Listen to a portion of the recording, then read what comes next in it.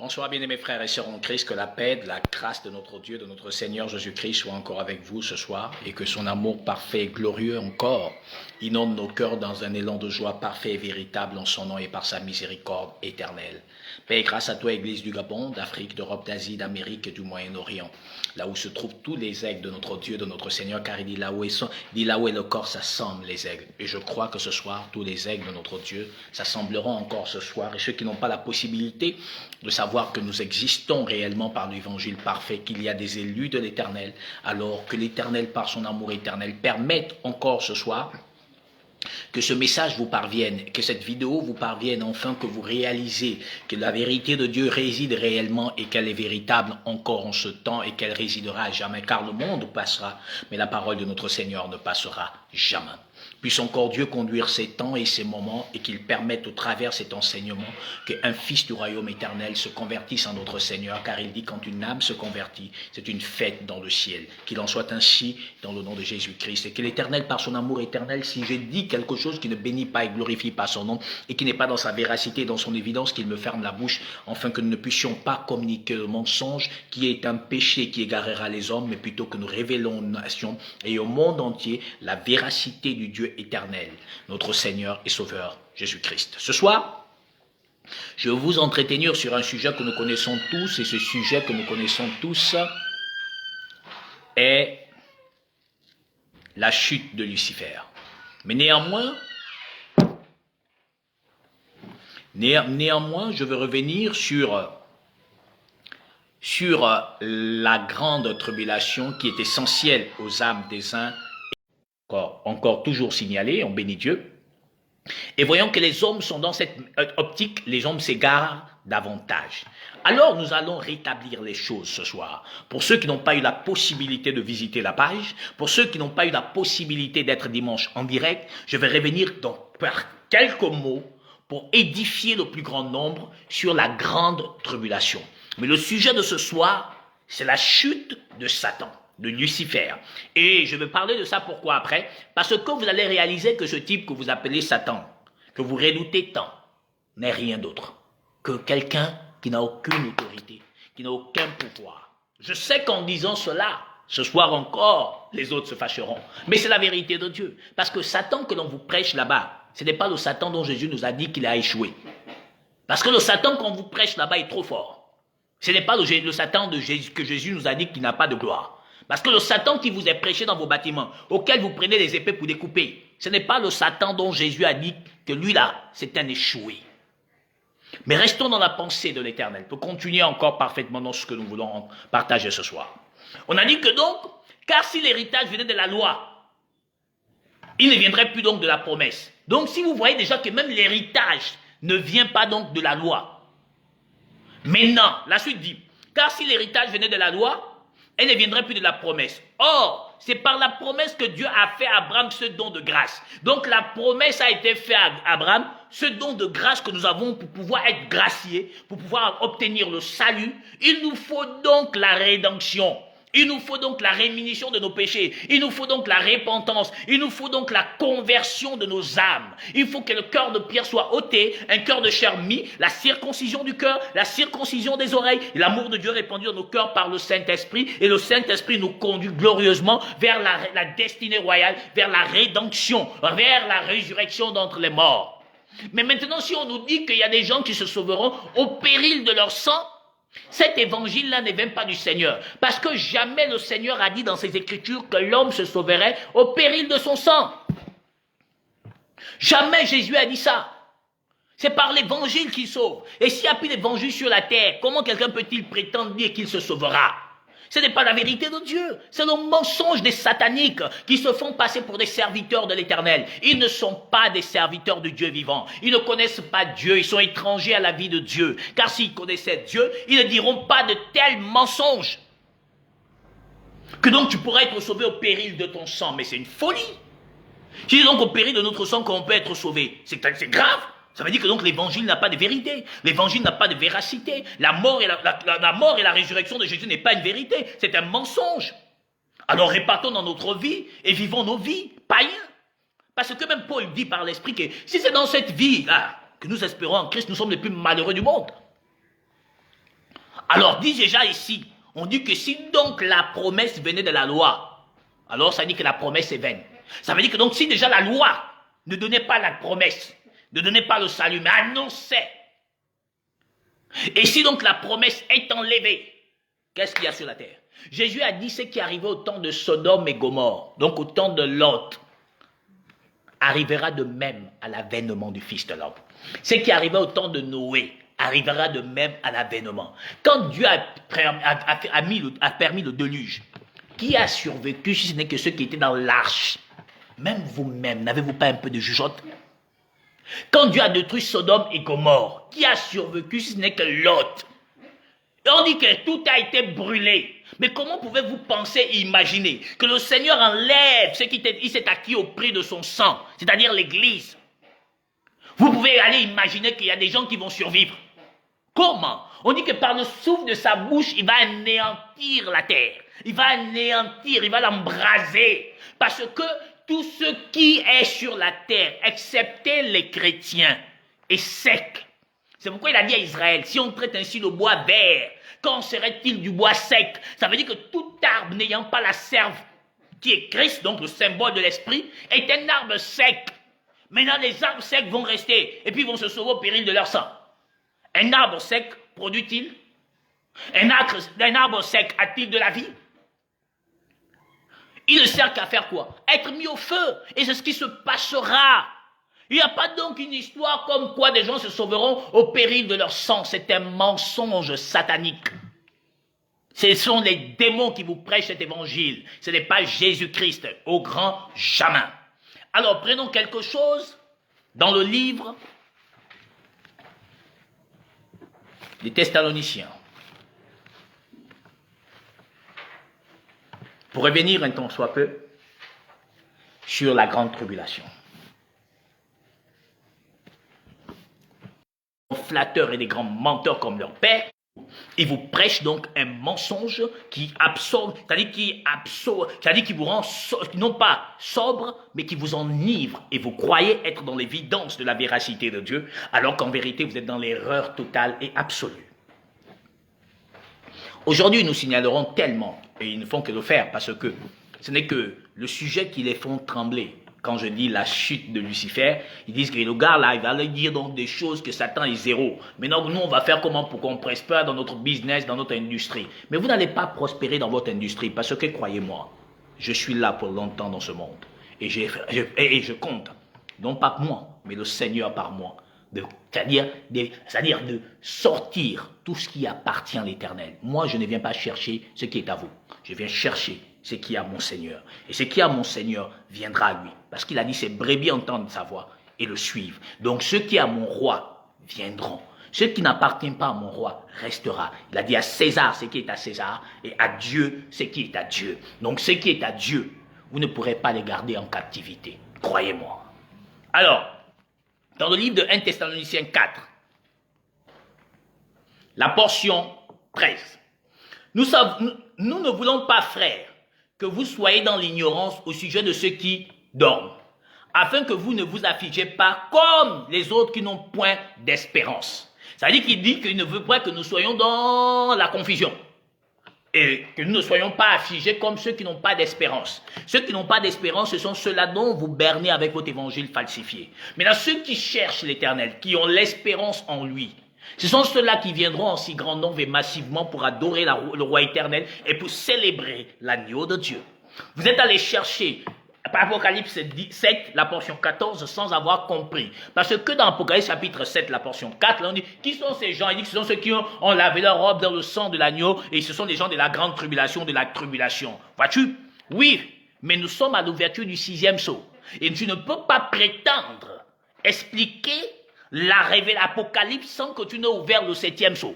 Et donc là, on est dans le 6e sceau. Apocalypse 7, 14 que vous prenez pour faire croire aux gens que ceux-là, ce sont des gens qui sont dans la grande tribulation et c'est nous. Non, vous êtes dans l'erreur. Quand l'évangile est né, c'est-à-dire par le Saint-Esprit, quand il est rentré dans le corps parfait de notre Seigneur au travers les apôtres dans Acte 2, on dit que ce jour-là, il y avait une multitude de toutes les nationalités du monde. Donc il y avait une multitude de toutes les nationalités du monde. Et ce jour-là, on dit 3000 âmes ont béni l'agneau ont glorifié le Seigneur et la repentance et la conversion leur fut accordée. Il devient à cet instant enfant de Dieu. Je ne pense pas que des 3000 personnes qui étaient là ce jour-là, il n'y avait pas des nationalités du monde entier, comme ce jour-là où chacun leur attendait dans leur langue maternelle. Ça veut dire que donc il y a des gens qui ont entendu l'agneau prêcher la parole par son esprit au travers des apôtres, et donc les nationalités du monde qui étaient là se sont aussi converties. Il y avait donc ce jour-là des langues, des nations, des peuples du monde entier. Donc, Apocalypse 7, 14, qui parle que tous ces gens-là, ce sont les gens qui viennent de la grande tribulation. Mais pardon, mes bien-aimés, les premiers chrétiens n'étaient pas seulement juifs. Les premiers chrétiens de l'église primitive, ce n'étaient pas seulement des juifs, c'était la diversité de toutes les nations du monde entier. Oui, mes bien-aimés, ce qu'on vous raconte, c'est des histoires du quartier. Il faut donc d'abord que, chers messieurs, chers pasteurs du monde perdu, essayez d'abord de révéler Apocalypse.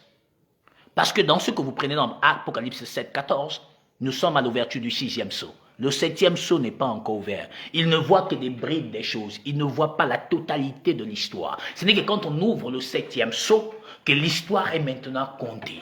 Si vous ne savez pas ça, je viens de vous instruire dessus. Alors il dit que vous ne soyez pas là, vous, comme ceux qui n'ont point d'espérance. Car si nous croyons que Jésus-Christ est mort et qu'il a ressuscité, nous croyons aussi que Dieu ramènerait par Jésus-Christ avec lui ceux qui sont morts. Oui, amen. Voici en effet ce que nous déclarons. D'après la parole du Seigneur, nous les vivants, il dit nous les vivants. Ça dit que Paul ici se positionne comme le vivant, et il est vivant. Il dit nous les vivants, restez pour l'avènement du Seigneur. Il dit, nous les vivants, restez pour l'avènement du Seigneur. Donc Paul, dans son entendement et dans sa lecture des choses, non pas que Dieu lui avait révélé, parce qu'il ne l'avait pas révélé. Sinon, si Dieu lui avait révélé, il ne dirait pas que nous les vivants, restez pour l'avènement. Donc Dieu n'avait rien dit. Dieu l'a seulement dit, il y aurait l'avènement. Mais Dieu ne l'a pas dit quel jour il y aura l'avènement, parce que personne ne connaît ce jour-là. Ni les anges, ni qui que ce soit, même pas le Fils, ne connaît ce jour. Dieu lui-même a choisi ce jour-là. Lui-même, il l'a choisi. Et il ne l'a révélé à personne. Mais il nous a néanmoins donné des signes qui annoncent son avènement. Des signes qui annoncent son retour glorieux. Dont nous allons illustrer parfaitement ce dimanche dès 10h pile sur la page La Parole de Jésus-Christ. Car nous parlerons de l'avènement de notre Seigneur et Sauveur Jésus-Christ. Alors, il dit donc, nous les vivants, restez pour l'avènement. Donc, Paul était dans l'optique de quelqu'un qui devait vivre l'avènement du Seigneur en tant qu'homme vivant. Vivant charnellement, bien qu'il était vivant spirituellement. Mais ici, il ne parle pas du vivant spirituel. Il parle du vivant charnel. Car il dit, voici en effet ce que nous déclarons d'après la parole du Seigneur. Nous les vivants, restez pour l'avènement du Seigneur. Nous ne devancerons pas ceux qui sont morts. Il est clair. Il dit que donc nous ne devancerons pas ceux qui sont morts. Donc Paul, pour lui, était persuadé que dans les 10 ans à venir, dans les 5 ans à venir, dans les 3 jours à venir, dans les 10 ans à venir, dans les 3 jours à venir, l'Éternel devait revenir les revêtir, c'est-à-dire, les enlever. Alors que non, non, parce que la suite va nous dire que non. Parce que tout le monde n'était pas encore parvenu à la connaissance. Tu n'étais même pas né. Moi, je n'étais même pas né. Mais nous faisons partie de tous les prédestinés au royaume éternel. Puisqu'une prolongation des temps a été déclarée par Dieu au travers du prophète Daniel. Donc, Paul, quand il parle ici, Dieu ne l'a pas révélé que tu n'as pas encore compris qu'il y a une prolongation des temps. Dieu ne lui avait rien dit. Sinon, il ne devait pas avoir ce langage que Dieu lui a permis par le Saint-Esprit. Mais nous bénissons Dieu que cela a été mis de cette manière par le Saint-Esprit pour que tous ceux qui sont tordus, tous ceux qui sont perdus ne comprennent pas, mais que seuls les prédestinés arrivent à comprendre. Il dit, nous les vivants, restez pour l'avènement. Ça veut dire qu'il sous-entend à cet instant que même lui-même, il était là en attendant et il attendait l'avènement de notre Seigneur. Or, cet avènement n'a pas encore eu lieu. Parce qu'ici, on ne parle pas de la première résurrection. On parle de la seconde résurrection. C'est-à-dire la deuxième venue du Seigneur. C'est-à-dire quand il viendra dans la gloire du Père. Parce que la première venue de notre Seigneur, notre héros, il est venu dans la gloire du Fils. Là où il a effrayé la terre. Maintenant, quand il reviendra dans la gloire du Père. Pour venir maintenant enlever l'épouse. Qu'il présentera à son Fils. Comme le plus ancien des intendants d'Abraham, qui est le symbole du Saint-Esprit. Parce qu'Isaac n'avait jamais choisi sa femme. C'est Abraham qui a choisi la femme d'Isaac. L'image de David qui va acheter tout le matériel qui va nécessiter la construction du temple. Salomon n'a jamais acheté le matériel qui devait servir à la construction du temple. Car personne ne vient au fils sans que le père ne lui attire. Donc c'est le père qui choisit la femme de son fils. C'est l'image de David qui va acheter tout le matériel qui va servir à la construction du temple. C'est lui qui choisit donc la femme de son fils. On continue donc, il dit ici clairement les choses, en disant que là il parle de la seconde venue, donc l'avènement de notre Seigneur Jésus-Christ. Mais Paul ne l'a pas vécu encore. Il croyait qu'il devait vivre en son temps, vivant dans la chair.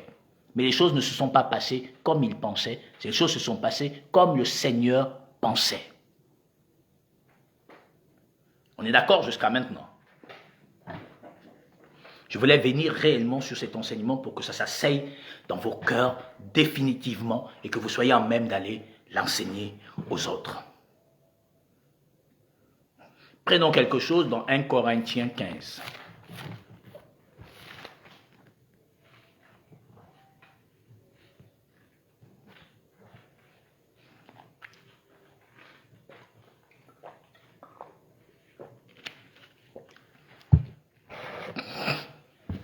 Corinthiens 15, la portion 21 à 22.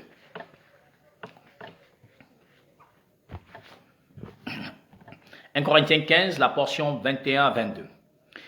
Car puisque la mort est venue par un homme, donc la mort charnelle est venue par un homme, la mort spirituelle est venue par un homme. Parce que autrefois on était dans l'alliance conditionnelle. Si tu mets ces choses, tu vivras par elles. C'était l'alliance conditionnelle. Mais nous ne sommes plus sous ces pédagogues-là. Nous sommes rentrés dans la grâce et la faveur de notre Seigneur Jésus-Christ. Car puisque la mort est venue par un homme, c'est aussi par un seul, c'est aussi par un homme, c'est aussi par un homme qu'est venue la résurrection des morts. La mort est venue par Adam, la résurrection aussi est venue par notre Seigneur Jésus-Christ. La suite qui nous intéresse ce soir.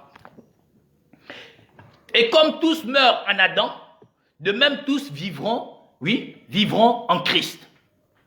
La portion 23. Mais chacun en son rang. Christ comme prémisse. Ça veut dire qu'il dit chacun en son rang. Christ comme prémisse. Ça veut dire que donc Christ comme prémisse. Les prémices, ce sont les premiers fruits que tu as produit ton arbre. Les prémices, ce sont les premiers nés de tes brebis. Or, Deutéronome 28 nous enseigne que la terre a produit du fruit. Or, la terre a produit 144 000 hommes. Donc, la première récolte a eu lieu. C'est-à-dire Christ qui est le premier. C'est-à-dire Christ qui est la première, ou le premier des prémices. Christ s'est offert sur l'autel. Qu'est-ce qu'a-t-il offert, Christ? Il a offert 144 000 personnes. C'est-à-dire lui qui a payé la dîme que vos pasteurs vous réclament aujourd'hui. Il dit donc Christ comme prémisse. Christ donc sa résurrection à part, comme prémisse, les prémices. Et puis on dit Christ comme prémisse, oui, mais chacun en son rang. Christ comme prémisse, puis ceux qui appartiennent à Christ lors de son avènement. Et tu comprends que là il dissocie Christ comme prémisse et puis ceux qui appartiennent à Christ lors de son avènement. Ça veut dire que donc il y a une seconde résurrection après les premières prémices qui ont été données. Ça veut dire qui ont été offerts. Ce que dit le passage. Christ comme chacun à son rang. Christ comme prémisse et ceux qui sont en Christ lors de son avènement. L'avènement dont illustre l'apôtre Paul dans 1 Thessaloniciens 4 dont nous sommes allés là-bas. Et cet avènement n'a pas encore eu lieu. Et Paul espérait le vivre en son temps quand il était dans la chair. Mais il ne comprenait pas que Dieu devait étendre sa miséricorde sur les nations encore et encore, puisque Daniel parle d'une prolongation des temps.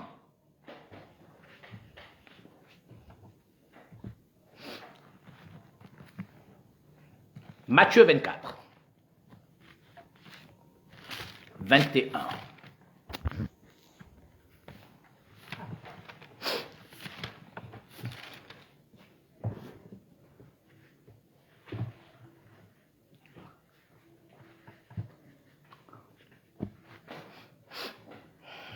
Matthieu chapitre 24, la portion 21.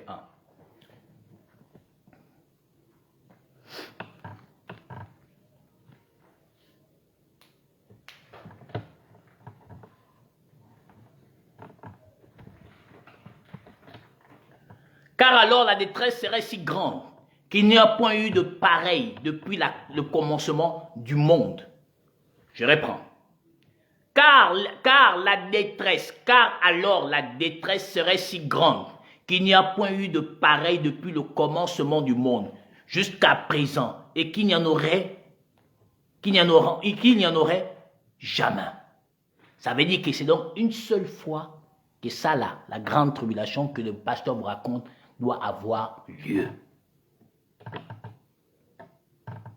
Est-ce que tu vois? C'est ce qu'il dit. C'est le signalement, il signale la page. Donc, certainement, le taux d'audience serait très faible aujourd'hui parce qu'il signale la page. Mais ce n'est pas grave. Dieu pourvoira et on boostera la vidéo. Donc, il ne pourra pas la signaler tous les jours. Donc, il dit, car alors la détresse serait si grande qu'il n'y a point eu de pareil depuis le commencement du monde jusqu'à présent. Et il n'y en aurait plus, il n'y en aurait jamais. Ça veut dire que c'est qu'une seule fois que nous allons vivre cette grande tribulation. Pas nous. Mais regarde la suite. L'Éternel déclare, la portion 23. Non, 22. Et si ces jours n'étaient abrégés, personne ne serait sauvé. Mais à cause des élus, ces jours seront abrégés. Pasteur du monde, écoutez ce que dit l'Éternel. Il dit, et si ces jours n'étaient abrégés, personne ne serait sauvé. Mais à cause des élus, ces jours seront abrégés. Donc, à cause des élus, un élu est prédestiné par quoi? Par le Saint-Esprit, n'est-ce pas? Pour que l'on sache que tu es un élu, c'est que tu as le Saint-Esprit de Dieu qui te garde en gage pour le jour de la rédemption. Si c'est maintenant par le péril de votre propre sang que tu es sauvé, alors tu n'es pas un élu. Non, tu n'es pas un élu, mais tu es un homme qui peut se gracier lui-même. Alors il dit ici, à cause des élus. Maintenant, pardon, je vous pose la question. Comme Jésus va enlever son église là, les gens qui vont rester là ne sont pas donc des élus. Maintenant, ils se sauveront comment? Ici, on parle des élus. On ne parle pas des gens qui vont se sauver eux-mêmes, mais on parle des élus ici. Ouais. On dit donc des élus. Il dit à cause des élus. À cause des élus, Dieu va abréger donc la grande détresse qu'ont vécu les apôtres. Quelle était cette détresse donc par les Écritures que Dieu va abréger pour que toi et moi aujourd'hui nous prêchons parfaitement la parole sans que quelqu'un ne vienne nous fouetter, nous torturer, nous mettre en prison. Hébreux 11.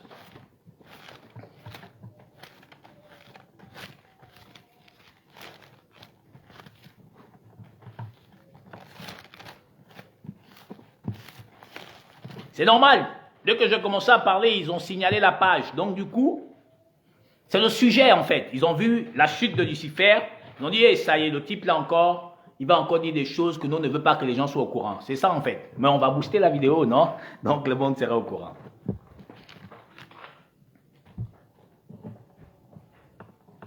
Hébreux chapitre 11. La portion 37 à 40. Donc Dieu va abréger donc la grande tribulation. Il va abréger cette souffrance-là.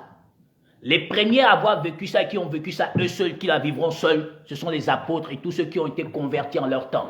Parce qu'en leur temps, on les fouettait, en leur temps, on les torturait, en leur temps, on les lapidait, comme Étienne et bien d'autres, comme Paul, comme Pierre, comme Jacques, qui ont été mis à l'île de Patmos, comme Jean, qui a été mis dans l'huile qui chauffait à plus de 200 degrés, qui ont été décapités, qui ont été torturés. Ils ont vécu cela pour que nous rentrons dans la grâce, nous les élus de l'Éternel.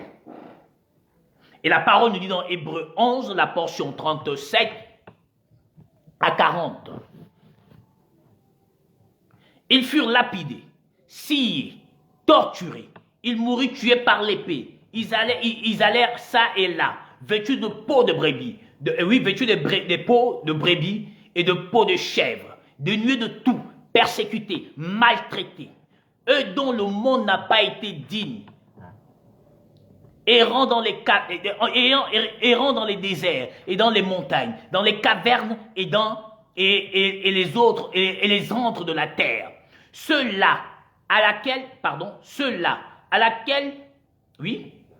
à la fois desquels il a été rendu témoignage. Ils n'ont pas obtenu ce qui leur a été promis. On dit qu'ils n'ont pas obtenu ce qui leur a été promis. Si vous lisez 1 Thessaloniciens 4 dont nous sommes allés, Paul dit que nous les vivants restés pour l'avènement. C'est-à-dire donc Dieu les a promis qu'ils vont être enlevés. Oui, il n'a pas menti parce qu'ils seront enlevés. Mais il ne leur a pas dit que c'était en leur temps. C'est ce qu'il dit ici. Eux qui sont partis sans avoir obtenu ce qui leur avait été promis. Donc Paul, quand il parle dans 1 Thessaloniciens 4, il est convaincu que l'avènement va avoir lieu en son temps de vie charnelle. Or, Dieu avait promis l'avènement, l'enlèvement, la résurrection, oui, mais il ne leur a jamais dit que ça devait être dans leur temps. Dans le temps de leur vie charnelle. Il leur a pas dit ça. Mais eux, ils étaient convaincus qu'ils devaient vivre ça dans leur vie charnelle. Mais pas qu'ils soient au repos. Voyez-vous? C'est ce que Paul dit là-bas dans 1 Thessaloniciens 4. Et c'est ce qu'il dit ici dans le livre de Hébreux 11, la portion 39. Que eux qui avaient la foi forte que nous connaissons tous, ils n'ont pas obtenu ce qui leur avait été promis. Sur le plan charnel, que pendant que vous êtes là, on vous enlèvera. Mais Dieu ne leur avait jamais dit ça. Mais eux, dans leur intelligence merveilleuse, ils avaient compris que c'était donc possible à cet instant où ils étaient là. Ils n'imaginaient pas une suite de continuité des vies des hommes. Mais Dieu, dans son plan, David n'était pas encore né, tu vois. Isaac n'était pas encore né, tu vois. Annie-Claude, Océane, Rostan, Daryl, Emery, Freddy, Lucrèce, tout le monde là n'était pas encore né, Océane, tout le monde, Thierry, tout le monde n'était pas encore né, non? Thérèse, Ghislaine, tout le monde n'était pas encore né. Donc maintenant, comment nous? On n'était pas encore né? Donc c'est la voie qu'il faut qu'on naisse, et nous sommes nés. Et puis il faut qu'on soit aussi sauvés. Et voilà pourquoi nous sommes là aujourd'hui, mes bien-aimés. On n'était pas encore nés. Et donc Dieu nous avait déjà prédestinés. Et comme il nous avait prédestinés, il ne pouvait pas déjà enlever Paul. Il ne pouvait pas déjà enlever Pierre, ni Jacques. Sinon le monde devait être détruit et plus rien n'existerait. Et nous, on ne devait pas, en fait, exister à porter l'évangile. Mais on devait rester simplement dans la pensée de l'éternel. Parce qu'on n'était pas encore né sur le plan charnel et né sur le plan spirituel pour proclamer la louange parfaite de notre Seigneur Jésus-Christ. La portion 40 dit, la sœur Jennifer aussi n'était même pas encore née. Et tous les autres qui viendront en milliers ne sont pas encore convertis. Donc, voyez-vous qu'il y avait beaucoup de choses à faire. Dieu ayant en vue, là on dit maintenant, au verset 40, la portion 40 dit, Dieu ayant en vue quelque chose de meilleur pour nous. Voilà ce que je disais. Afin qu'il ne parvienne pas sans nous à la perfection. Donc les gars ne pouvaient pas être sauvés sans nous. Parce que nous n'étions pas encore nés. Vous voyez? Dites-moi alors, qui a vécu la grande tribulation? Eux ou c'est nous qui allons le vivre? Que Dieu vous bénisse dans le précieux nom de notre Seigneur Jésus-Christ. Maintenant, revenons au sujet du jour, auquel je voudrais vous entretenir avec quelques mots, bien sûr, pour que ça soit assis dans vous aussi.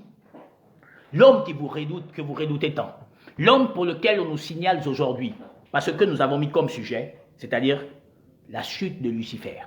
C'est pourquoi nous sommes signalés aujourd'hui. Alors venons à l'enseignement de ce soir, en quelques lignes. Mais je voulais d'abord vous faire asseoir la grande tribulation dans vos cœurs pour que vous allez partager ça massivement par votre bouche et par les partages massifs selon que Dieu disposera pour chacun d'entre vous. Dès que j'ai mis le sujet, la chute de Lucifer, on a commencé à signaler. Et aujourd'hui, on a signalé, on n'est même pas nombreux aujourd'hui, mais nous bénissons Dieu, c'est pas bien grave. Dieu lui-même, il sait pourquoi. Satan, l'homme qui traumatise la terre, l'homme qui fait croire au monde qu'il est tout puissant, l'homme qui fait croire aux hommes qu'il est redoutable. Non, il ne l'est pas. L'homme qui fait croire aux hommes qu'il est fort, alors qu'il ne l'est pas. Ce soir, je vais te montrer par des versets glorieux que Satan n'a pas de puissance. Satan n'a pas d'autorité. Satan n'a pas de gloire. Satan n'a rien de rien. Satan qui vous fait peur, que vos pasteurs vous entendent prêcher, ce n'est pas le Satan dont Jésus-Christ nous a dit qu'il était zéro. Non, il n'est rien. Il n'est rien, il ne serait jamais rien. Il ne serait jamais autre chose que le rien qu'il est. Alors prenons quelque chose pour que vous compreniez parfaitement. Prenons quelque chose. Également, la sœur Esther n'était pas encore née. Paix grâce à toi, bien-aimée sœur. Tu n'étais pas encore née, donc alors comment Paul pouvait partir sans nous? Tu n'étais pas encore né, non? Voilà, donc Paul ne pouvait pas partir sans nous. Et maintenant, ils veulent nous faire croire des bêtises. Nos frères Byron, tu n'étais pas encore né. La sœur Rebecca, tu n'étais pas encore né. Alors, maintenant, on veut nous dire que Paul devait partir. Pourquoi? Mais nous aussi, on doit parvenir à la perfection. Parce qu'il ne pouvait pas parvenir à la perfection sans nous. Voyez-vous? Alors, maintenant, on nous dit que non. Oh, il y aura la grande. Qui va vivre ça? Qui peut vivre ça? Vos pasteurs peuvent vivre ça. Tout de suite, on rentre dans leurs assemblées, ceux qui font du théâtre dans les réseaux sociaux, là. On vient avec une tronçonneuse. Et puis, on prend sa main comme ça. On dit, tu crois en Jésus-Christ? Je vous promets. Il va dire, je ne le connais pas. Moi, j'escroque les gens. C'est pourquoi vous me voyez là, je parle de lui. Je vous promets. Il va dire, je ne connais pas le type là, c'est faux. Au pasteur. Mais ce qui est bien avec les gens là, c'est que même quand on les découvre, quoi, les gens là sont toujours là. Oh mon Dieu, l'envoûtement c'est grave. C'est pas l'envoûtement de la sorcellerie. Oh. Non, c'est l'envoûtement de vos convoitises qui vous ont enfermé dans l'étau de votre tente, c'est-à-dire de votre corps, qui vous font voir comme ça que non, ça c'est la puissance de Dieu. Non, Dieu a dit dans Timothée 4, vous voyez, dans les derniers temps, les gens auront la démangeaison d'entendre des choses agréables. Donc vous êtes dans ces choses agréables et donc vous cherchez seulement un docteur qui va vous dire que non, tu es stérile, c'est parce que ton grand-père a bloqué ton ventre, il a mis un vipère dedans. Non. Tu es au chômage, c'est parce qu'on a pris ton intelligence, on a donné ça à ton frère ou à ton cousin. Ce sont des conneries comme ça. Amen, je connaissais ça. Moi, quand je réfléchis, je sens que je suis même intelligente. Mais je ne sais pas ce qui se passe. Dès que je suis souvent en classe comme ça, quand elle prend le stylo, c'est compliqué, vraiment. Oh, je savais que quelqu'un avait pris mon intelligence. Mais ils sont partis. On va dire, ils disent l'étoile. Dès qu'on a pris ton étoile, mon Dieu. Je nous les prenons, on appelle ça mal là où. Ça dit que c'est la folie. Ça dit qu'on a pris ton étoile. Tu t'assois, tu dis, mais Jésus. On prend les étoiles là comment? Mais il n'y a que les pasteurs d'Afrique là, ils connaissent comment on prend les étoiles. Personne d'autre ne connaît pas les pasteurs d'Afrique. Eux, ils savent comment on prend les étoiles. Mais on nous dit que les mages ont vu une étoile depuis l'Orient. Moïse nous dit que donc quand les fils d'Israël seront aussi nombreux que les étoiles du ciel, et le ciel qui ne peuvent ni se compter, un reste serait sauvé. Maintenant, comment ils sont allés donc au ciel, ils ont pris l'étoile comme ça, alors que l'étoile est symbolisée par le père. C'est-à-dire, une étoile, c'est un homme. Non, maintenant, on a pris quelle étoile, je ne sais pas. Mais il n'y a que vos pasteurs qui savent. Mais Jésus n'a jamais dit ça. Il n'y a que vos pasteurs qui ont dit que non, on a pris vos étoiles. Jésus n'a jamais dit on prend les étoiles de quelqu'un. Mais seuls vos pasteurs. C'est-à-dire que l'évangile qui vous prêche, c'est l'évangile satanique. Ce n'est pas l'évangile de Jésus. Jésus n'a jamais parlé de ça. C'est faux. Il n'y a pas qu'on prend l'étoile de quelqu'un. C'est le mensonge. Les mages, les magiciens ont vu l'étoile depuis l'Orient. Ils ont suivi cette étoile. Et ils sont tombés sur l'étoile où l'étoile s'est arrêtée. C'était le Dieu éternel, Jésus-Christ lui-même. Mais là, ils disent que non, on a pris mon étoile. Quelle étoile, frère? Oh, je sens. T'as-dit que j'ai comme ça que j'ai dormi, non? On est comme ça, il a fait comme ça, paf, mon intelligence est partie. Je sens que même le bac là, oh! Oh! Non, pardon, Coco, pardon, j'ai envie de comprendre. Vous savez, on prend l'intelligence comment? Pasteur du Gabon là, pasteur d'Afrique, vous les Congolais spécialistes de la tricherie. Parce que vous êtes champion dans le mensonge, le baratin de balles. Vous les pasteurs congolais. Pire, maintenant les Gabonais sont entrés dans la danse. Quand il faut les voir, quand les prophéties. Est-ce que tout le monde se connaît? Mon Dieu, la comédie, ça dit c'est grave. Hein? Est-ce que tout le monde se connaît? Ça, c'est le théâtre. On a besoin de poser la question là. Non, je vais travailler par l'onction, le feu. Vous avez vu ça dans la Bible. Luc 9, la portion 51 dit que ceux qui invoquent le feu là, ils ne savent pas de quel esprit ils sont animés. Mais là, vos pasteurs vous font invoquer le feu. De quel esprit vous êtes animés? En tout cas, pas de Jésus-Christ. Mais alors, dans Exode 9, la portion 15, regardez et écoutez-moi ce soir. L'homme que vous redoutez, l'homme que vos pasteurs vous prêchent, ce n'est pas le même homme que Jésus nous a parlé dans la parole. Parce que l'homme que Jésus nous a parlé dans la parole n'est pas l'adversaire de Dieu. Si quelqu'un t'a dit qu'il était l'adversaire de Dieu, c'est un mensonge. Cet homme qu'on appelle Lucifer, Satan, le serpent ancien, le dragon, ce n'est pas l'adversaire de Dieu. Non, Dieu n'a pas d'adversaire. Non, il n'a pas d'adversaire. Avoir un adversaire, ça dit c'est quelqu'un qui peut être ton égal. Satan ne peut pas être l'égal de Dieu. Ça dit comme vous voyez les Américains, les Russes, ils sont des adversaires. Parce qu'ils peuvent être égaux dans les armes nucléaires et dans leurs histoires. Oui, tu vois. Mais avec Dieu, notre Jésus-Christ, il n'a pas d'adversaire sur la terre. Je vais vous montrer pourquoi il n'a pas d'adversaire. Mais prenons quelque chose d'abord ici. Vous allez comprendre qu'il n'a pas d'adversaire Dieu. Satan n'est pas l'adversaire de Dieu. Ce qu'on vous prêche n'est pas la vérité de Dieu. Dieu n'a pas d'adversaire. Il n'a pas d'égal. Il a dit du soleil levant au soleil couchant, il n'y a point d'autre Dieu que lui. Il n'y en aurait jamais. Il a créé la prospérité, il a créé l'adversité. C'est lui et lui seul. Il n'a pas d'adversaire. Il a créé Satan, c'est une créature. Ce n'est pas un Dieu. Ce n'est pas un Dieu, Satan. C'est une créature. Toi, tu es enfant de Dieu. C'est-à-dire que tu as créé Satan. Maintenant, la créature fait peur au Créateur. Même vous-même, 2 secondes, examinez-vous. Alors, Dieu nous dit quelque chose dans le livre d'Exode 9, la portion 15. Il dit quelque chose ici. Prenons cela, afin que Dieu nous bénisse par cette portion. Il dit, si j'avais étendu ma main et que je t'eusse frappé par la mortalité, toi et ton peuple. Il dit, si j'avais étendu ma main et que je t'ai frappé par la mortalité. Hébreux 10.1 dit que la loi qui possède une ombre de bien à venir et non l'exacte représentation des choses. Ce qui vient à dire que ce que nous voyons ici, c'est une ombre, ce n'est pas exactement. Pharaon est un type de Satan.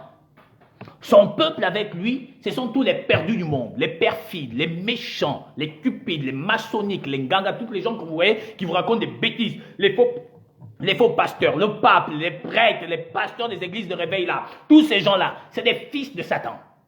Il dit ici à Pharaon qui est un type de Satan, puisque Hébreux 10.1 a dit la loi qui possède une ombre de bien venir et non l'exacte représentation des choses. Il dit ici, si j'avais étendu ma main et que je t'ai frappé par la mortalité, toi et ton peuple, vous auriez disparu de la terre. Mais pourquoi Dieu va laisser Satan exister? Pas pour te faire peur, pas pour qu'il détruise ton destin comme j'entends, pas pour que tu ne puisses plus avoir les enfants, pas pour que tu ne puisses pas te marier, pas pour que tu ne puisses pas réussir socialement, pas pour que tu ne puisses pas aller en France ou en Chine, je sais pas où. Non, il ne l'a pas laissé pour ça. Parce qu'en laissant Satan, il dit quelque chose de véritable à Satan. Regarde. Tu aurais disparu de la terre. La portion 16 dit, mais je t'ai laissé subsister. Donc ce n'est pas Satan qui a décidé de subsister. Ce n'est pas un sorcier qui décide de subsister. Ce n'est pas un sorcier qui décide de vivre. Non. C'est Dieu qui fait et qui permet. Vois-tu cela? Mais je t'ai laissé subsister. Donc l'Oméla détermine la grandeur de mon roi. L'Oméla détermine la puissance de mon Jésus-Christ. L'Oméla détermine l'immortalité, la grandeur de mon roi. Il dit, mais je t'ai, le je, dit moi. Donc là, il dit à Satan, c'est moi le boss. Maintenant, comme je suis le maître, je suis le sauveur du monde, je suis le roi et je t'ai créé, je vais te laisser un temps. Dans ce temps-là, il lui dit, je te laisse un temps, tu vas faire le boukaji. C'est-à-dire les jeux de cuir des enfants quand ils jouent les petites boîtes de conserve vides. Il dit donc, je vais te laisser faire ça. Mais, tu n'es pas puissant. Mais, je vais te donner des gens qui vont te dominer. Aujourd'hui, maintenant, c'est celui maintenant qui vous domine. Voilà pourquoi vous faites les jeûnes, voilà pourquoi vous faites les longues prières, voilà pourquoi vous payez vos pasteurs, comme si c'est le pasteur qui vous donne la protection. Alors que Dieu dit ici à Satan, mais je t'ai laissé subsister, afin que tu voies ma puissance. Tu comprends pourquoi il existe? C'est pour que Dieu lui montre chaque jour qu'il est vivant là, par la volonté de Dieu, que Jésus-Christ est tout puissant. Ce n'est pas pour te faire peur. C'est pour que notre roi lui montre sa puissance chaque jour. C'est-à-dire, Satan, il vit ça en live, la puissance de Dieu. Quand il fait un complot, Dieu le confond. Il dit que, ah oui, il va le faire. Comme il était tué, et il l'aveugle, il va continuer. Dieu encore le confond, il dit, ouais, c'est bon. Mais il ne peut pas laisser, parce qu'il est maudit. C'est sa nature, il est maudit. Il dit, mais je t'ai laissé subsister, afin que tu voies ma puissance. Et que l'on publie mon nom par toute la terre. Donc voilà pourquoi Satan existe. Juste pour que Dieu lui montre sa puissance. C'est tout. Maintenant, regarde encore et comprends que ce type n'a pas de puissance. Prenons quelque chose ici dans Daniel.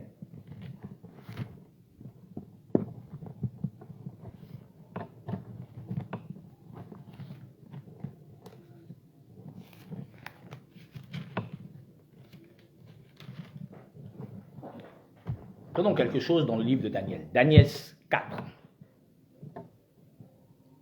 Daniel 4. La portion 35. Daniel 4, la portion 35.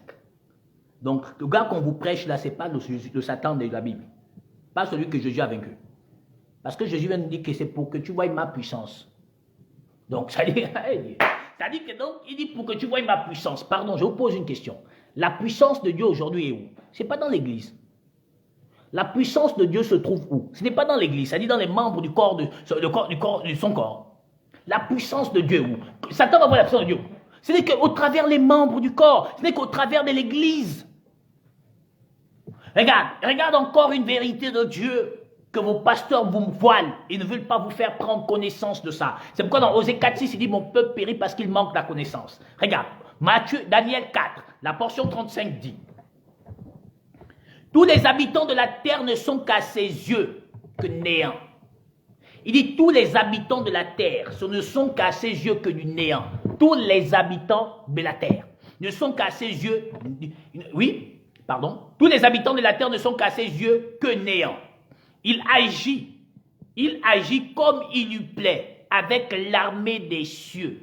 L'armée des cieux.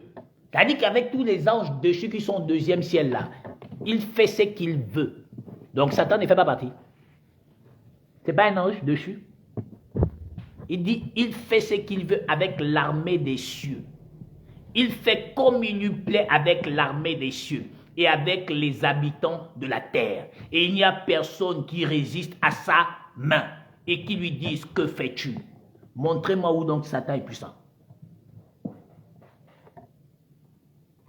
Montrez-moi. Deuxième chose. Prenons quelque chose encore ici, quelque part, dans le livre de Job. Après, on va aller regarder quelque chose, la chute de Satan. La chute terrible de Satan, que tous les chrétiens du monde ont peur. Mais nous, on révèle qu'il n'est rien. Et nous n'avons pas peur de lui, parce que notre Rédempteur a dit ce que le Père lui a remis entre les mains. Nul ne peut le lui ravir.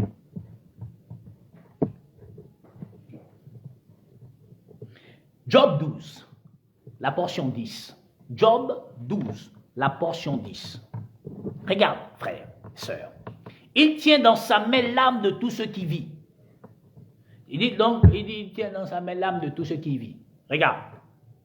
Le souffle de toute chair d'homme. C'est-à-dire que donc même le sorcier là, sa vie est entre les mains de Dieu. J'écris. Maintenant, comment il peut t'atteindre? Quelqu'un dont ton Dieu tient entre ses mains. Il dit, il tient dans sa main l'âme de tout ce qui vit. Le souffle de toute chair d'homme. Il dit toute chair d'homme. Donc le sorcier c'est un homme, non? Dieu dit qu'il tient sa vie entre ses mains. Il a raison de te dire, ne t'inquiète pas. Qui peut ajouter une coudée à la durée de sa vie? Le sorcier ne peut pas ajouter une seconde à la durée de sa vie, qui est un fils de Satan. Satan non plus ne peut ajouter une seconde au peu de temps qu'il a. Parce qu'Apocalypse 12 a dit, Satan est descendu sur la terre animé d'une grande colère. Vois-tu? Et sachant qu'il a peu de temps. Donc Satan a peu de temps. Donc il ne peut pas changer le peu de temps qu'il a. Déjà, il ne connaît même pas le peu de temps qu'il a. Mais il sait qu'il a peu de temps. Ce qu'il sait dans sa tête, c'est qu'il a peu de temps. Donc tu vois que donc même Satan est conditionné par le temps. Il n'est pas maître du temps. Parce que le maître du temps et le garant des temps et des circonstances s'appelle Jésus-Christ. Donc ni sorcier, ni Satan n'est le garant de ces temps. Comment pourra-t-il décider pour toi, chrétien? Je m'adresse aux chrétiens.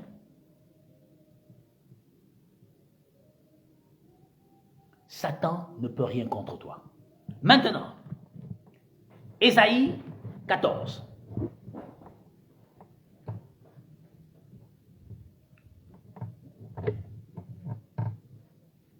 Ésaïe 14.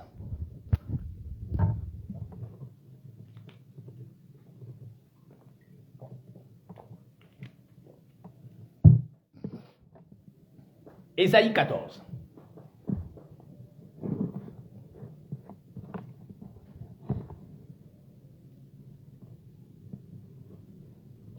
La portion 12 à 15. Ésaïe 14, la portion 12 à 15.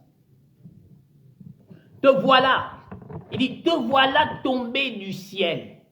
Jésus a dit dans Luc 10, 17, je vis Satan tomber comme une éclair. Il dit, te voilà tombé du ciel, as brillant, fils de l'aurore.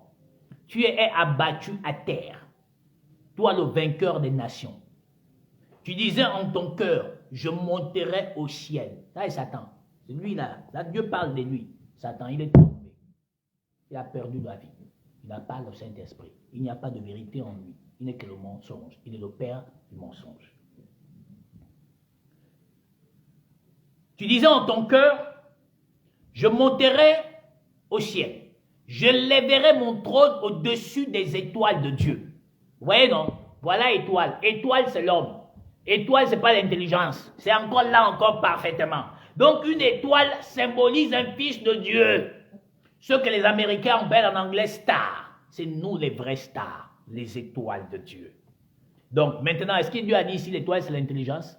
L'étoile est symbolisée par l'homme. Il dit qu'il va élever son trône au-dessus des étoiles de Dieu. Donc, il va dominer les enfants de Dieu. Il dit donc, tu disais en ton cœur, je monterai au ciel. Dieu qui sonde les reins, les cœurs découvre. Comme dans Ézéchiel 28, quand il fut créé, Dieu a découvert que l'iniquité avait été trouvée dans son cœur. Tu disais en ton cœur, je monterai au ciel. Je lèverai mon trône au-dessus des étoiles de Dieu. Je m'asseyerai sur la montagne de l'assemblée, donc sur le trône de l'Éternel, sur l'Église, sur le peuple de Dieu. Oui, à l'extrémité du septarion. Du septarion. Je monterai sur le sommet de nuée. Je serai semblable au très haut. Mais tu as été précipité où? Dans le séjour des morts. C'est lui-là qui vous fait peur. Apocalypse 1, la portion 17, dit que c'est lui qui a les clés de la mort et du séjour des morts. C'est-à-dire que ton roi, Jésus, c'est lui qui a les clés de la vie, de la mort et du séjour des morts. On dit Satan était jeté où? Précipité où? Dans le séjour des morts. Bien qu'il va être libéré, on sait, mais il est où? Dans le séjour des morts. Et puis Dieu a scellé l'entrée. C'est lui-là qui te fait peur. Il est où? Dans le séjour des morts.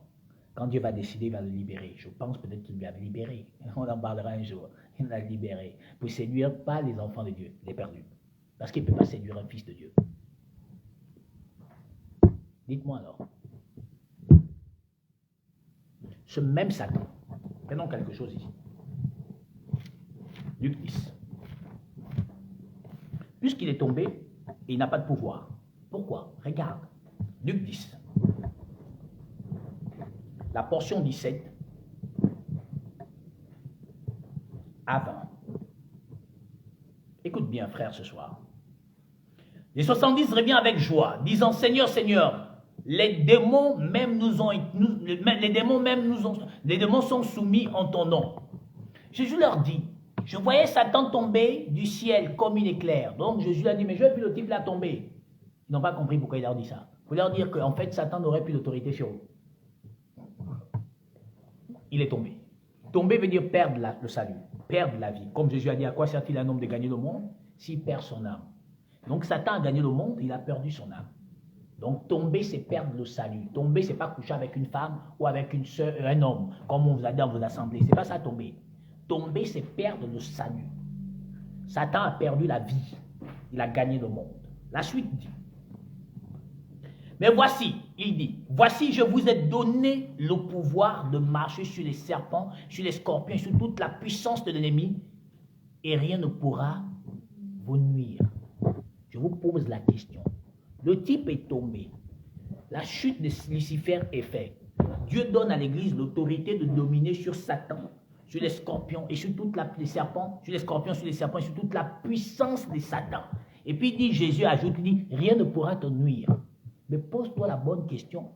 Le gars que Dieu a vaincu, c'est lui qui te nuit alors que la promesse est dit ici que Jésus t'a donné, toi chrétien, le pouvoir de marcher sur les serpents, sur les scorpions et sur toute la puissance de l'ennemi. Et rien ne pourra te nuire. Mais regarde ta vie. Tu es ennuyé par les femmes de nuit, les maris de nuit que vos pasteurs ont créés dans votre enseignement païen. Parce que Jésus n'a jamais parlé de mari de nuit, ni de femme de nuit. Parce que Jésus nous a dit dans Hébreux 1, la portion 3, il soutient toutes choses par sa parole. Si quelque chose n'est pas soutenu par la parole de Dieu, c'est un mensonge. Parce que dans Apocalypse 22, il a dit n'ajoutez rien, ne retranchez rien. Eux, ils ont ajouté mari de nuit, femme de nuit. Où sont-ils allés chercher ça? Ce n'est pas biblique. L'Église ne peut pas être ennuyée par Satan. Satan te persécutera, oui, mais il ne pourra pas t'atteindre.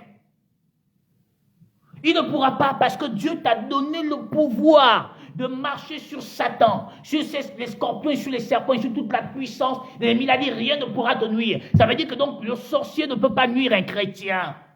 Ils vont te persécuter, oui, mais ils ne pourront pas te nuire. On connaît ce qu'on appelle nuire à quelqu'un, non? Mais la suite, ce que vos pasteurs ne vous disent pas, et qu'ils savent que c'est ce qui est nécessaire pour votre salut. Il dit, rien ne pourra vous nuire. Mais cependant, ne vous réjouissez pas que les esprits vous soient soumis. Mais regardez vos likes dans vos vidéos de vos faux pasteurs avec le théâtre qu'ils vous font. Amen, la puissance de Dieu a délivré, la puissance de Dieu a prophétisé. Jésus a dit, ne vous réjouissez pas que les démons vous soient soumis. Donc ce n'est pas une réjouissance que Satan me soit soumis. Ma réjouissance doit être où?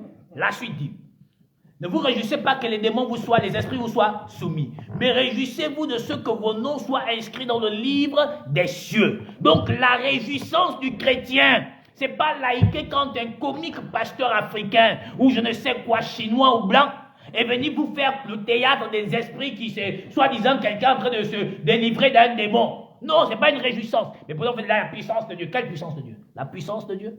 Alors que même les gangas chassent les esprits qui sont dans les gens. La puissance de Dieu. N'avez-vous pas lu les Écritures d'autant d'autres fois? Quand Moïse a mis la verge devenant un serpent, les mages de Pharaon ont fait la même chose. N'avez-vous pas lu les Écritures? N'avez-vous pas lu?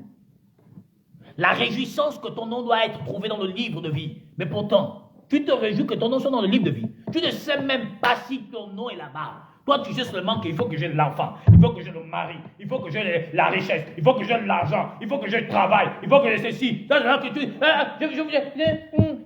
veux bénir le Seigneur. Pourquoi, sœur? Quand je suis venu ici, là, non, je vis papa. Et puis papa a prié pour moi. Dès qu'il a prié pour moi comme ça, je suis tombé enceinte.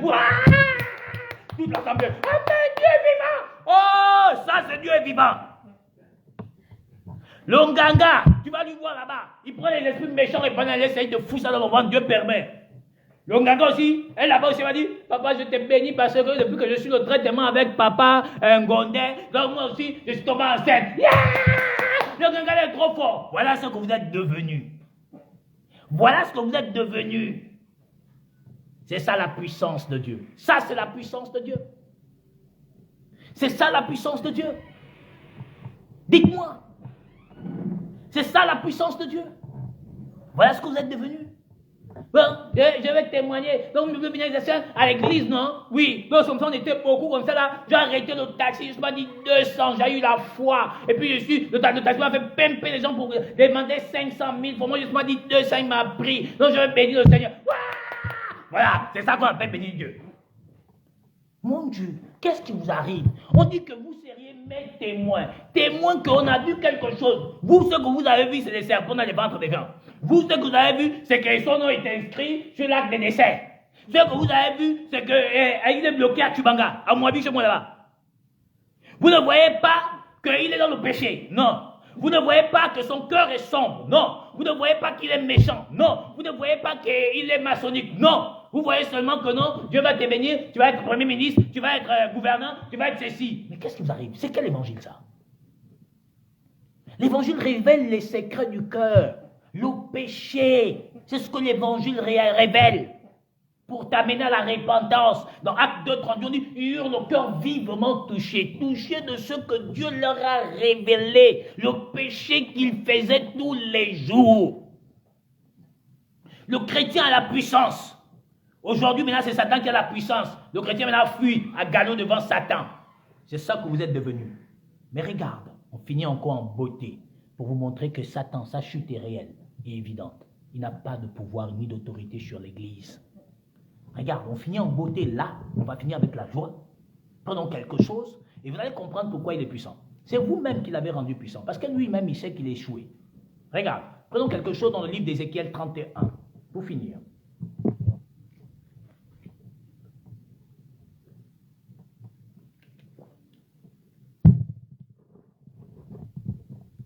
Ézéchiel 31, prenons quelque chose dans le livre d'Ézéchiel 31, la portion 4. Les eaux l'a fait croître, l'abîme l'a fait pousser en hauteur. On dit les eaux l'avaient fait croître. Apocalypse 17, la portion 15 dit l'eau, c'est les foules, les peuples, les langues et les nations. Ça veut dire que les eaux, ce sont les hommes. C'est vous qui avez donné à Satan la valeur qu'il a aujourd'hui. Sinon, lui, il n'est rien. Pour finir, prenons quelque chose, toujours dans le livre d'Ézéchiel 31, la portion 11. Ézéchiel 31, la portion 11. Je voudrais que chacun ouvre sa Bible. Je sais que vos livres sont ouverts, non? Prenons vos livres là-bas, et puis lisons ensemble. Lisons ensemble. Ézéchiel 31, pour finir la prédication de ce soir, partagez cela massivement, même s'ils nous ont signalé. Partagez cela. Et puis on va booster cet enseignement avec puissance. Et puis Dieu va faire grâce pour que tous les millions et des milliards de frères de par le monde reçoivent cette vérité de notre Seigneur Jésus-Christ. Lisons ensemble Ézéchiel 31, la portion 11. Ézéchiel 31, la portion 11. Lisons bien ensemble pour que Satan entende bien. Lisons ensemble pour que Satan entende bien. Lisons ensemble pour que ces pasteurs entendent bien. Ézéchiel 31, la portion 11. Je l'ai livré entre les mains du héros des nations. Là-bas qu'on allait lire, on a dit qu'il était le héros des nations. Il était le vainqueur des nations. Maintenant, le Seigneur lui-même, le roi, mon Jésus-Christ, mon Père, celui qui m'a envoyé prêcher sa parole véritable, me dit, je l'ai livré entre les mains du héros des nations. Donc les nations ont un héros. Comment s'appelle-t-il? Jésus-Christ. Donc Satan a été livré entre les mains de qui? De Jésus-Christ. Je l'ai livré entre les mains du héros des nations. Car qui le traitera comment? Selon sa méchanceté. Et je l'ai chassé. Pardon, il l'est fini. Donc si Satan a été livré entre les mains de l'héros, qu'il a jugé selon sa méchanceté, pardon frère, il peut le faire voir. Hein? Tu meurs à cause de ton manque d'ignorance. Il nous signale parce qu'il ne veut pas entendre le frère David. Mais le problème avec le frère David, c'est que c'est le coq Jean-Baptiste. On ne peut pas l'arrêter. C'est compliqué. Je suis encore là pour longtemps sur la terre. Il ne faut pas vous inquiéter. Dieu veillera. Mes frères prient pour moi. Je prie. Le Seigneur veille par son amour pour moi. Donc je suis encore là. Et je veux vous étonner. Il y a déjà beaucoup de David qui naissent de par le monde, en sœurs et en frères. Donc ça va être compliqué d'arrêter ces choses-là. Vous voyez? Ça va être compliqué d'arrêter ces choses-là. Donc vous pouvez nous signaler aujourd'hui. Il ne faut pas vous inquiéter. On a encore un peu, même 100 francs dans nos poches, et puis on va s'unir, et puis on va booster cette vidéo, et ça va faire encore le buzz dans le monde. Nous allons gagner ce qui appartient à notre roi. Ne vous fatiguez pas. Non, nos vies ne dépendent pas de vous. Elles dépendent de notre Seigneur. C'est lui le garant de la vie de tout être humain. Donc dites-moi, Satan n'est-il pas tombé? Que si. Sa chute n'est-elle pas réelle? Que si. Que peut-il te faire par ses fils? Rien. Que Dieu vous bénisse dans le précieux nom de Jésus-Christ. Que Dieu vous bénisse dans le précieux nom de Jésus-Christ. Ce soir, je n'étais pas seul aujourd'hui. J'ai été assisté par le frère Henry, le frère Freddy, le frère Daryl et la sœur Lucrèce. Paix et grâce à vous, que Dieu vous bénisse. Merci d'avoir été présent ce soir. Je vous donne rendez-vous dimanche également par la grâce de notre Seigneur dès 10h pile. Nous allons parler de l'avènement de notre Dieu, de notre Seigneur et Sauveur Jésus-Christ. Ce sera le sujet sur lequel nous allons partager massivement cette vérité. Ce vendredi dès 18h30, c'est le bien-aimé Isaac qui va vous entretenir selon que Dieu disposera pour lui. Voilà, que selon que Dieu disposera, selon que Dieu mettra dans son cœur quelque chose pour vous entretenir par son amour et par sa grâce. Il y a des jours où je ne serai plus présent, parce qu'il y a quelque chose qu'on doit régler avec le téléphone pour que le frère soit régulièrement en direct. Donc en semaine, ce serait difficile parfois de me voir, mais les dimanches, ce serait toujours sans faute. Mais il y a des jours où je serai là, parce que je voudrais me consacrer sur beaucoup d'autres choses, car je regarde et il y a beaucoup de choses à faire dans l'œuvre. Que Dieu vous bénisse, c'était le bien-aimé frère et prophète David. À vendredi et à dimanche à 10h pile. Paix et grâce à chacun d'entre vous.